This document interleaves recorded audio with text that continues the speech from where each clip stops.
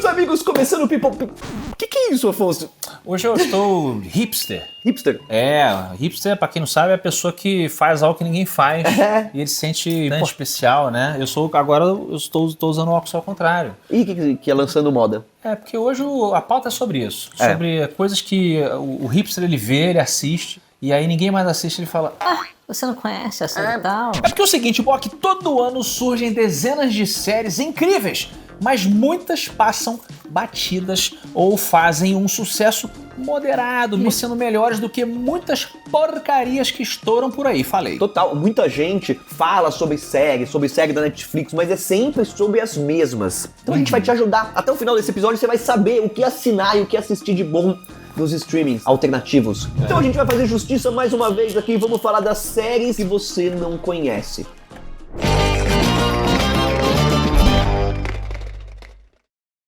Tem série que parece feita para entrar em todas as listas de melhores do ano, inclusive aqui no Pipocando, mas pouca gente realmente viu. Reservation Dogs é exatamente esse caso. Muito bom, galera. Olha isso. Ela foi super aclamada, indicada até os prêmios mais importantes da TV. Tipo o Emmy, por exemplo, né? Que é o Oscar da série. Sim. A crítica caiu de amor, mas o público ainda não abraçou ela como deveria, né? Como poderia abraçar. Pois é, a história acompanha 4 adolescentes indígenas numa reserva em Oklahoma, tentando juntar dinheiro para os saírem dali e começarem uma vida nova. Okay. We could be in California as soon as 2 months. California, here we come! Só que no meio das trapalhadas, porque é muito engraçado, né, galera, a série, o que rola é um retrato muito real e sensível da vida em comunidade, da amizade, do luto, que é muito forte, tudo com um humor bem louco e um toque de espiritualidade. Que são assinaturas também do nosso amigo Taika. Ele tá ali como, ele que é o produtor executivo, né?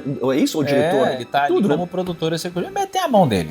E é a primeira série feita com roteiristas e diretores 100% indígenas e dá pra sentir o quanto que isso fez diferença. Representatividade de verdade, não é só aquele discurso bacana, não. Aquela coisa bonita pra todo mundo ver. O mais legal, ela termina na hora certa, com 3 temporadas só e pronto, que é o que muita série devia ter. Uma história redondinha, premiada, merecia ser muito mais vista, mas você pode mudar isso agora, indo lá no Disney Plus e assistindo. Eu adoro quando as coisas terminam. Eu sou um cara dos términos. Não, gente ansiosa é foda. Tipo, 3 temporadas, acabou. Mas o que eu vou fazer? Você vai pra outra coisa. Eu não gosto dessa história de ficar esperando voltar, né? E nunca volta como a gente queria. E aí tem 8 temporadas, aí na 7ª tá uma porcaria, que é o que acontece, né? Então assim, 3 fechadinho, bonitinho. Imagina descobrir que o seu pai morreu, mas ele continua mandando mensagem pra você. É assim que começa Pantheon, a série Pantheon. Pentium 133. Saudade do meu Pentium 133. Você apertava o botão do turbo, ele ia pra 166. Opa, beijo no meu pai. Mas essa série, galera, é uma das animações mais inteligentes e subestimadas aí dos últimos anos. Eu adoro a história e a premissa dela. A série animada parte dessa premissa sci-fi muito bacana, que logo revela que ele, o pai, né, teve a consciência transferida para a nuvem. A partir daí, se transforma num thriller sobre tecnologia, luto e o limite entre vida e dados. Hi, kiddo. Dad. I want to show you something. Uma mistura de riso, constrangimento e reflexão sobre o fato de que o caos, né, na vida sempre vence. Se você nunca viu, precisa olhar, abraçar essa loucura ali, dar uma chance, que tá lá no HBO Max e é bem legal.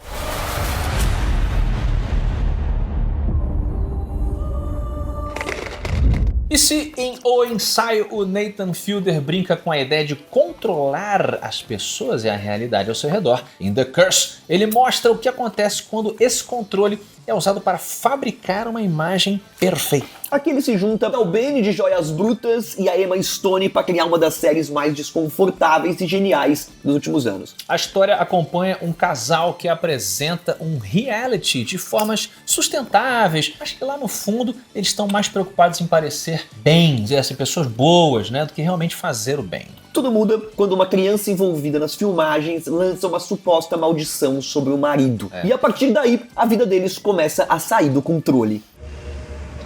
I curse you. Okay.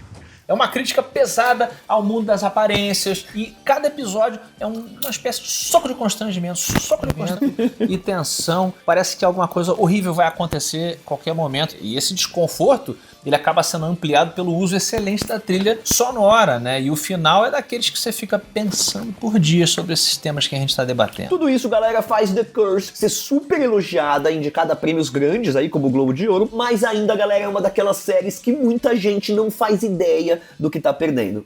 You know you can tell me anything, right? Of course. Pachinko é aquele tipo de série meio discreta, meio discreta. Você tá procurando uma série, rapaz?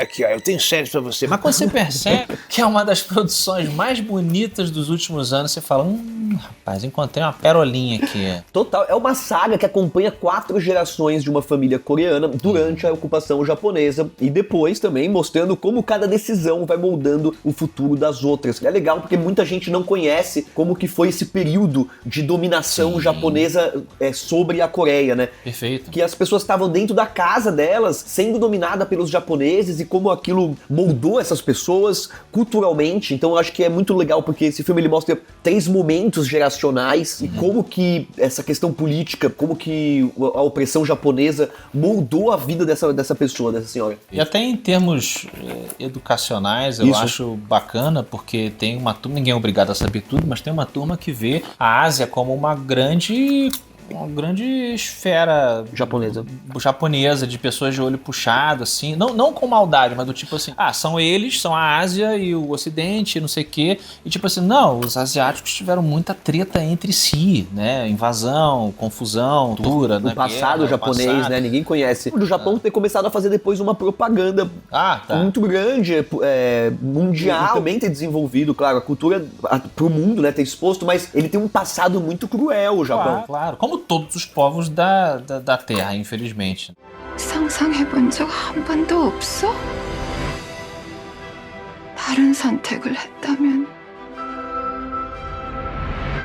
어떻게 살았을지.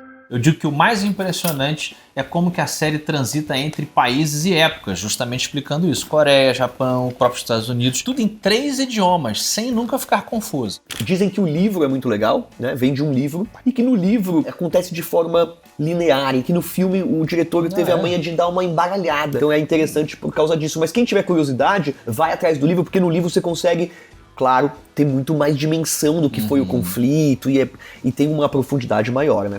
Com certeza. Uma série meio tarantínica, né? Faz aqui primeiro, depois conta isso aqui e tal. O que é legal, né? Quando você faz uma adaptação, mexer um pouco na narrativa, eu acho que é bacana. Se não afeta coisas que vão aparecer aqui antes, que não deveriam, eu acho que vale. A fotografia é absurda, gente, como vocês estão vendo o exemplo aí. Verdade. E a abertura virou um marco. O elenco inteiro dançando num salão de pachinko ao som de Let's Live for Today, servindo como um respiro feliz no meio de tanta dor. A série, galera, da Apple TV Plus ganhou prêmios como Critics' Choice, entrou em várias listas das melhores do ano, mas fugiu do radar de muita gente. Então, se você gosta de drama, né, drama com alma, vai lá ver que você vai gostar.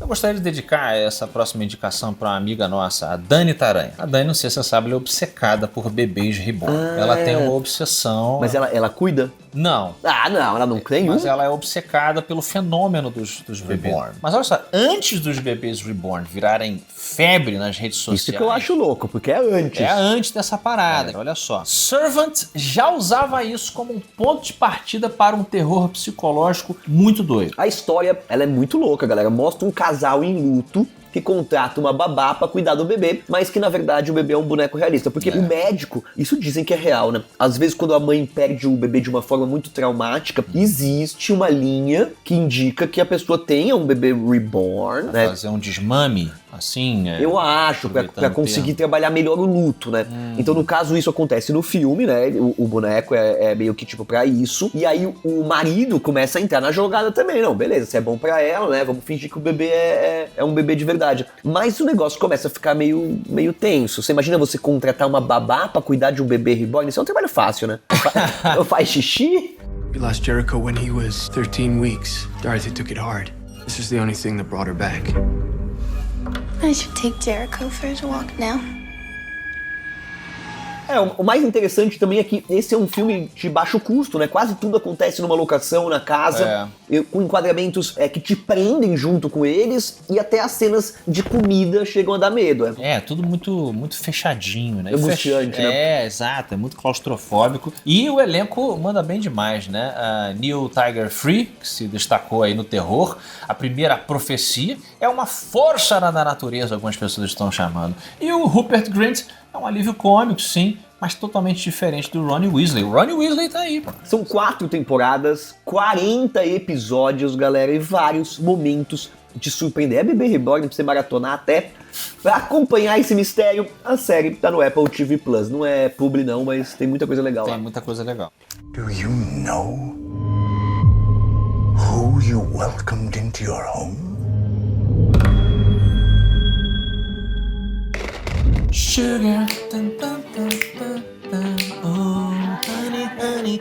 Por falar na Apple TV+, apesar do sucesso de Ruptura e Ted Lasso, duas séries muito bacanas, esse streaming tem várias pérolas que são pouco comentadas, ainda mais no Brasil. Sugar é um belo exemplo disso, galera. A série parece seguir aquela fórmula de detetive clássico, mas aos poucos mostra que tem muito mais coisa acontecendo por trás. I can't stop. She's out there somewhere. E temos aqui um Colin Farrell. Sim. Ele vive o John Sugar, um investigador particular contratado para achar a neta desaparecida de um produtor de Hollywood. Ele acaba se metendo num submundo repleto de segredos. O capricho da produção, galera, é absurdo. Ela é toda filmada com aquele clima noir elegante. Vale destacar que alguns episódios têm a direção do nosso Fernando Meirelles, Olha meus aí, amigos. Olha isso. E fotografia do César Chalone, né? E trabalham juntos aí, diretor de fotografia e diretor desde Cidade de Deus. E além de trazer a vibe desse tipo de filme, a série é um poço de referência, principalmente pelo protagonista ser um cinéfilo. Eu gosto de cinema também. Que é muito legal. Se você ainda não se convenceu, talvez você vai mudar de ideia agora. No meio da trama acontece um plot twist que ninguém vê chegar e muda completamente a sua percepção de tudo. Não sei se vale a pena falar, eu acho que... Não. Vou falar. O que acontece, pessoal? Exatamente no...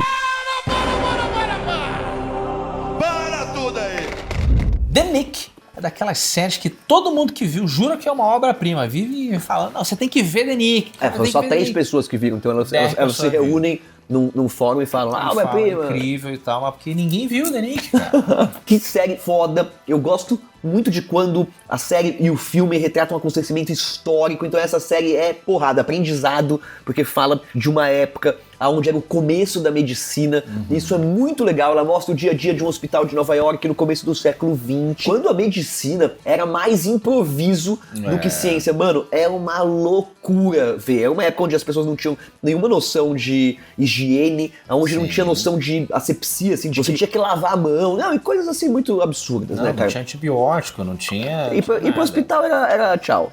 Era um serrote e cachaça. E cachaça. Isso aí. E olha só, quem tá com o serrote na mão é o Clive Owen, que vive o Dr. Thackeray, que é um gênio viciado em drogas. Olha aí, médico é maluco. Tentando salvar vidas com ferramentas que parecem instrumentos de dura. Você sabe, né, da teoria de que o médico, na verdade, é um psicopata em potencial. Porque é uma pessoa que sente prazer em abrir os outros, em ver sangue. Ele estudou muito, ele gosta ou não gosta. Ou não gosta. Cara, vou perguntar pra Paula Feb, minha amiga psicanalista, que deve ter muito sociopata, muito psicopata, que pra se posicionar... Virou cirurgião. Vira um cirurgião. Vira médico. Dentista. E tá, não tô falando que todo médico é, pelo amor de Deus. Mas se tem um lugar que você se esconderia bem... Ó, médico, dizem que em Wall Street tem muito sociopata. Coveiro, talvez tenha, perfeito. Disse a gente que não tem estudo e conhecimento nenhum de psicologia, mas sim um vasto conhecimento de cultura pop, né? Mas na internet que serve pra tudo. Você fala com assertividade e aí aquilo vira verdade. Cara, tem muitos momentos da minha vida que eu não sei mais o que é real, o que é cultura pop. Por exemplo, é possível recriar os dinossauros? Pra mim é. Se você pegar ele no âmbar, o mosquito, você recria o dinossauro. Não, velho, isso é parque dos dinossauros, bota entendeu? Um pouquinho de sapo.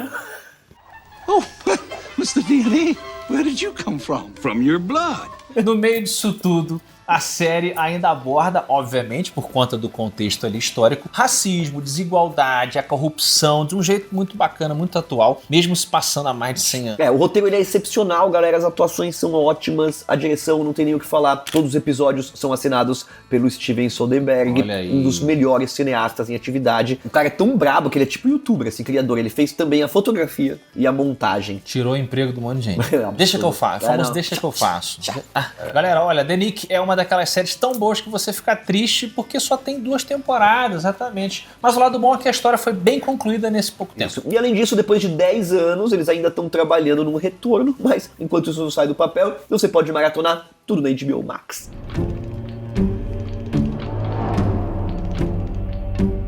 É isso aí, meus amigos. Segue aqui o canal do Afonso, é isso? A gente tá postando junto agora, nada mais legal do que isso. Ah, sim, eu também tenho meu canalzinho lá, humilde, tem o Bunker X também, tem o Matando Robôs Gigantes. A loucura não para. Não tem fim. Não tem fim. A loucura não pode parar.